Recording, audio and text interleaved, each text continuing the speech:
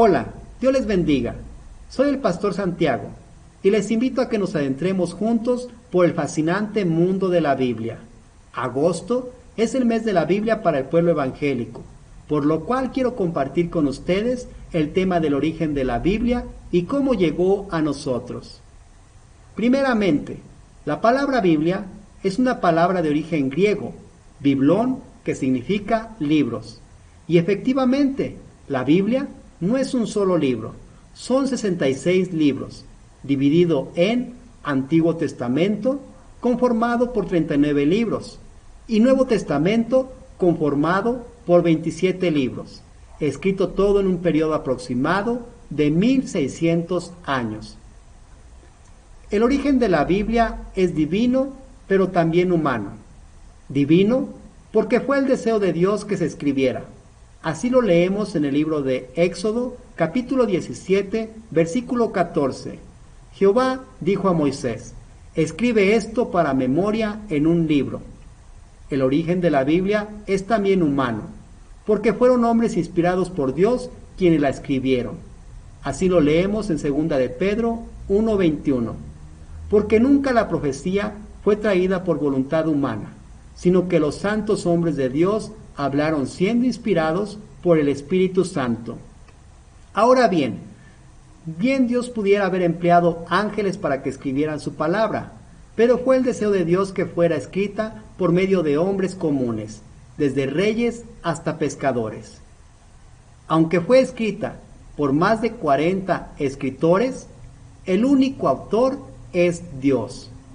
Veamos ahora la evolución de las Escrituras.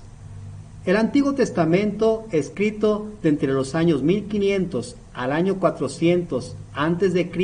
aproximadamente, se emplearon elementos como la piedra, el barro y el cuero, entre algunos otros elementos comunes.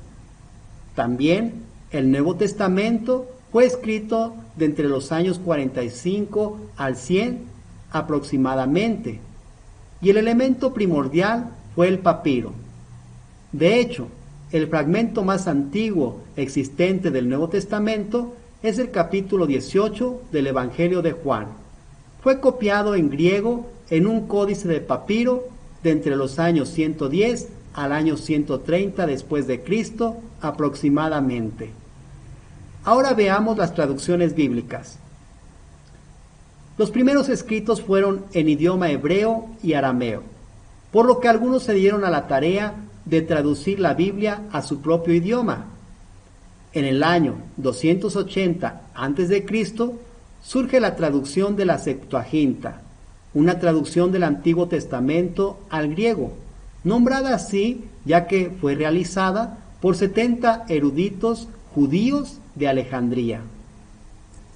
En el año 1384 después de Cristo, John Wycliffe traduce la Biblia al latín.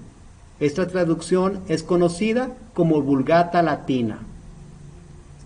En el año 1455 después de Cristo, la imprenta de Gutenberg fue un elemento que revolucionó la copia de Biblias, ya que de ahora en adelante la copia ya no sería a mano, y se podría hacer una distribución en cantidades mayores haciendo uso de la imprenta.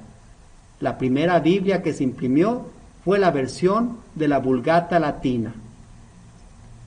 En el año 1522 después de Cristo, el reformador Martín Lutero traduce el Nuevo Testamento al idioma alemán. En el año 1525 después de Cristo, William Tyndale traduce la Biblia al inglés, haciendo uso de la imprenta. En el año 1569 después de Cristo, Casiodoro de Reina traduce la Biblia al español. Esta traducción es la muy conocida Biblia del Oso, por su sello característico. Veamos este sello. Este sello tiene un significado notable. En ella vemos un oso consumiendo miel.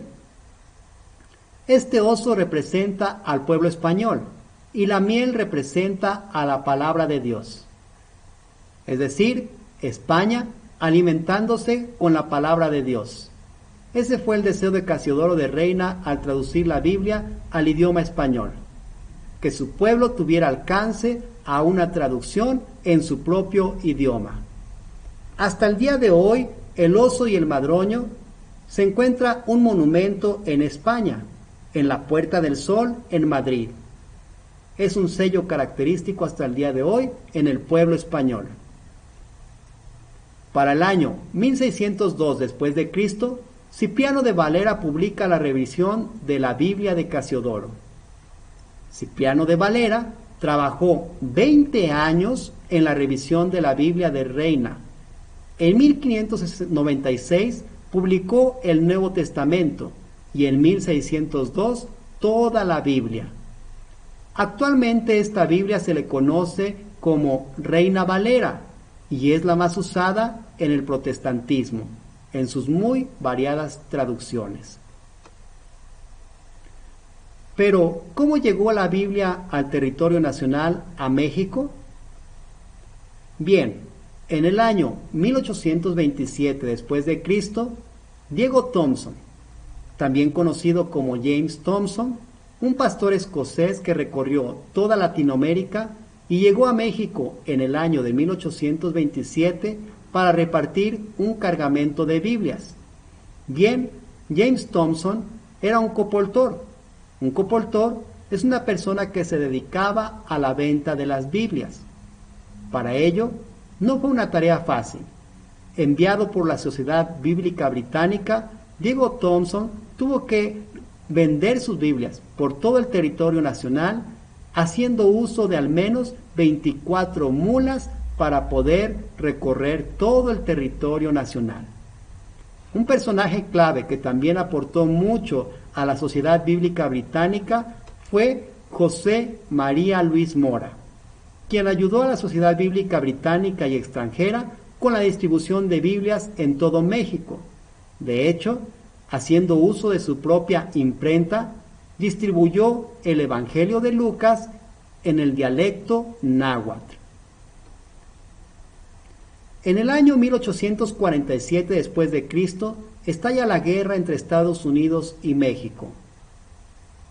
Algunos soldados evangelizaron el norte del país, cambiando el fusil por la palabra de Dios, lo que permitió el inicio de futuras misiones cristianas. También, en el año de 1857 después de Cristo, el presidente Benito Juárez García separa la Iglesia del Estado y crea leyes de libertad de culto, lo que permitió que ahora se pudiera propagar las Escrituras de una manera más libre y soberana en el territorio nacional. En el año de 1934 después de Cristo, el misionero William Cameron, un misionero americano que fundó una escuela de traducción de la Biblia, hoy conocida como Traductores Bíblicos Wycliffe, todo ello cuando él recorría el territorio de Guatemala, cuando uno de los nativos le hacía la siguiente observación: si tu Dios es tan sabio, ¿por qué no ha aprendido nuestra lengua? Aquello retumbó en el corazón de Cameron, lo que le llevó a construir la Sociedad de Traductores Bíblicos de Wycliffe. Para el año 1918 después de Cristo, se instituye el último domingo como el Día de la Biblia, ya que los misioneros y pastores en México vieron el último domingo de agosto como el Día de la Biblia, pero décadas después se extendió a todo el mes. Es por eso que hasta el día de hoy, agosto es el mes de la Biblia para el pueblo evangélico. Cabe destacar que en el año de 1918 se encontraba la propagación de la gripe española, una pandemia que atacó a todo el mundo. De igual manera como está sucediendo actualmente en este 2020 que atravesamos la pandemia del coronavirus o COVID-19. No hay nada que impida que nosotros propaguemos la palabra de Dios. Hoy en día podemos hacer uso de los medios digitales como estos medios para llevar la palabra de Dios a ciertos sectores y grupos que aún se encuentran marginados y no tienen acceso a la palabra de Dios. Ahora bien, yo les invito a que hagamos uso de todos los recursos que tenemos para compartir la palabra de Dios, ya que agosto es el mes de la Biblia. Pero no solamente en agosto. Todos los meses y todos los días son una oportunidad para que podamos compartir el mensaje de la palabra de Dios. Así, en la descripción dejaré algunos recursos por si a ustedes les interesa. Se despide de ustedes un servidor, que el Señor les bendiga.